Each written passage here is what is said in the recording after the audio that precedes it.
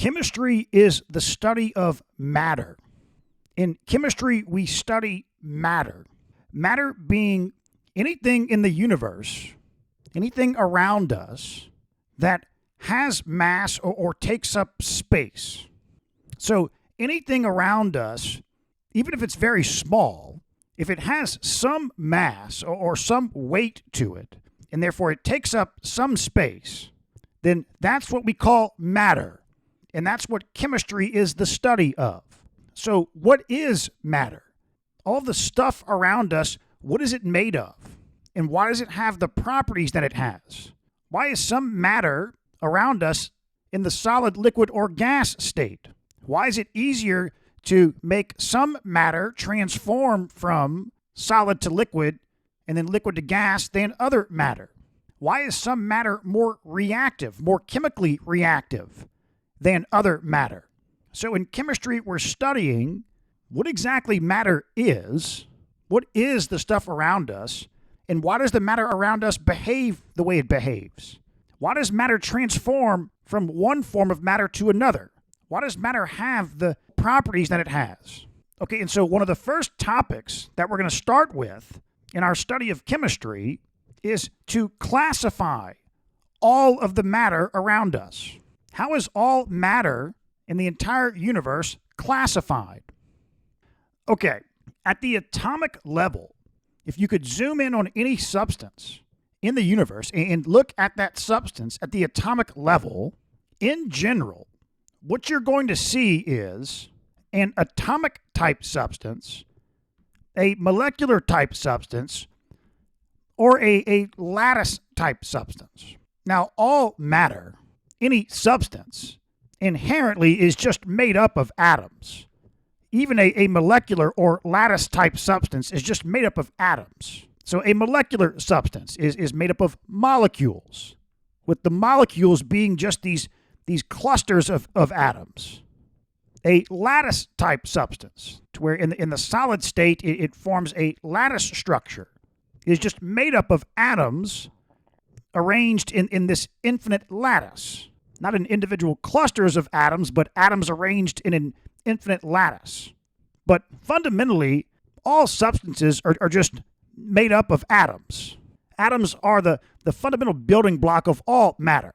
Now, but again, though, general substances are going to be molecular substances or lattice-type substances, but you could have substances that are atomic-type substances. They don't form molecules or lattices, but in the solid, liquid, or gas state, they just remain as general individual atoms. Okay, now if we move from the atomic size scale to the macro human size scale, so if we move from the size scale of atoms and molecules to the human macro size scale, that's when we begin to refer to matter as substances, right? A glass of water, the water is a substance. A bar of silver, that's a substance. And so there's two categories of substances, elements and compounds. Now, technically, you can refer to a molecule as a compound, like the water molecule is the H2O compound, or you could say a certain atom is of the element iron, but it's also helpful to use the term element and compound in the context of referring to human size scale matter or substances. Okay, now note though that a substance is not referring to any human-sized matter around you, as the term substance might be used in a more casual sense. From a casual perspective, anything around us could be referred to as a substance. In chemistry, a substance is matter that has a definite chemical composition, a fixed chemical composition. A substance cannot be changed to another substance without performing a chemical reaction. Okay, and so again, there's two categories of substances: elemental forms of substances and compounds. So an elemental form of a substance is going to be strictly made up of one type of atom. So this is referring to only the types of atoms that fall under the category of a specific element. So one of the elements from the periodic table. A carbon substance, for example, an elemental form of carbon, is strictly going to be made up of carbon atoms. An elemental form of plutonium is strictly going to be made up of plutonium atoms. Now, this does not mean that an element or the elemental form of a substance is only made up of the exact same atoms. Because within the elemental form of a substance, like gold or oxygen or argon, you're going to have different atoms, specifically different isotopes. However, in the elemental form of a substance, all of the atoms are going to be of the same element, which means they're all going to have the same atomic number, the same number of protons in the nucleus, whereas the different isotopes are going to have different numbers of neutrons in the nucleus. Now, note that with this definition of the elemental form of a substance, there's no restriction on the form of the substance. So, for example, oxygen gas, the most common elemental form of oxygen, is made up of oxygen molecules. Two oxygen atoms bonded together in a pair like this. Argon gas is made up of individual argon atoms. There are no molecules. Elemental gold, a solid bar of gold, is a lattice structure.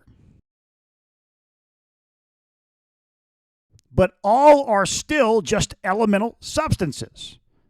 They're all made up of the same type of atom, atoms that are all of the same element. Now, but even further than this, you can have different physical forms of the same elemental substance. So there's another elemental form of oxygen that's not made up of O2 molecules, but made up of O3 molecules, called ozone. Carbon, elemental forms of carbon. You have graphite, which is what pencils write with. But diamond is also an elemental form of carbon. And so different physical forms of the same elemental substance are called allotropes.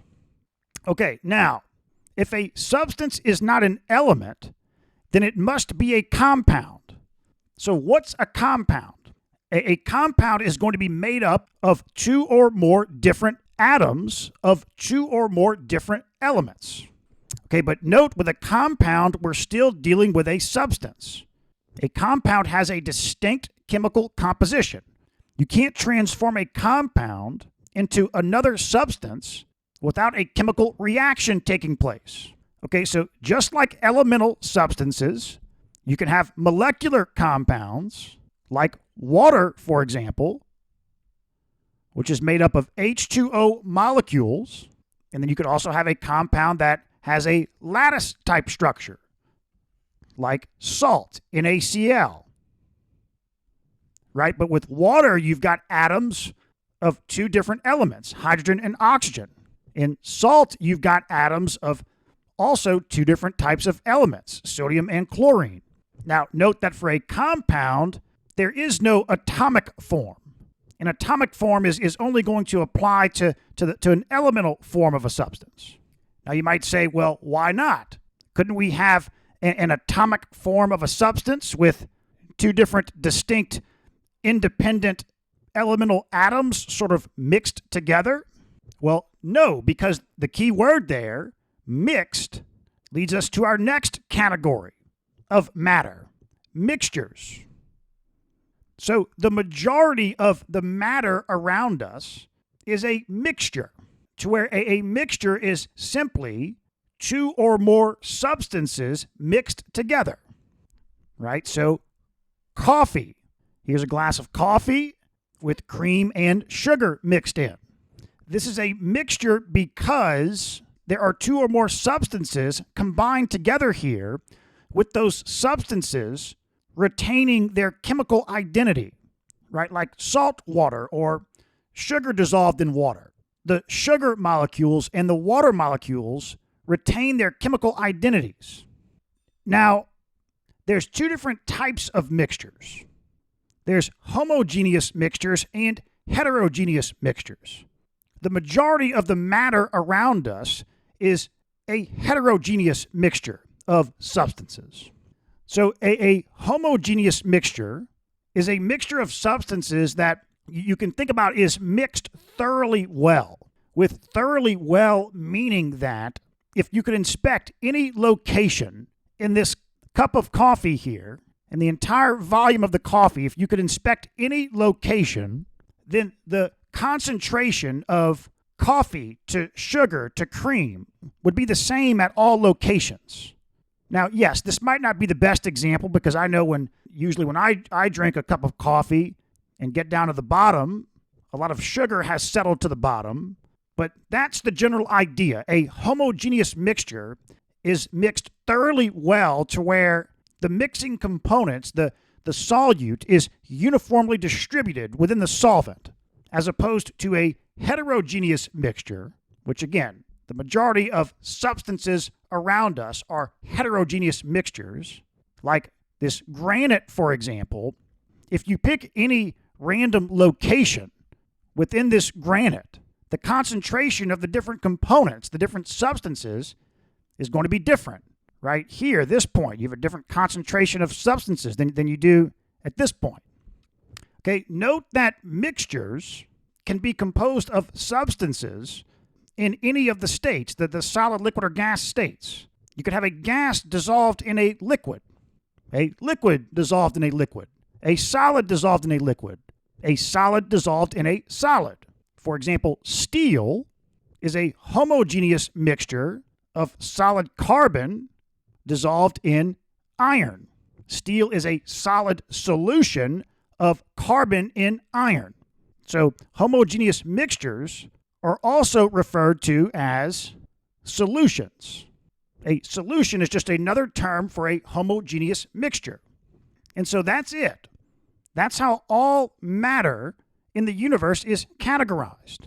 Now, you could also add to these categories whether or not some substance or some mixture is in the solid, liquid, or gas state. So as we know, matter can be in the solid state where it holds its shape, it resists shear stresses, it has a fixed volume, or matter could be in the liquid state where it can't resist shear stresses, but it can resist the forces of atoms or molecules wanting to pull away from one another. So liquids also have a fixed volume, but a liquid can't hold its shape. It takes on the shape of the container. Okay, now gases can't resist shear stresses or the forces of atoms or molecules wanting to pull away from one another. And so gases don't have a fixed volume or a fixed shape. They take on the entire shape of the container.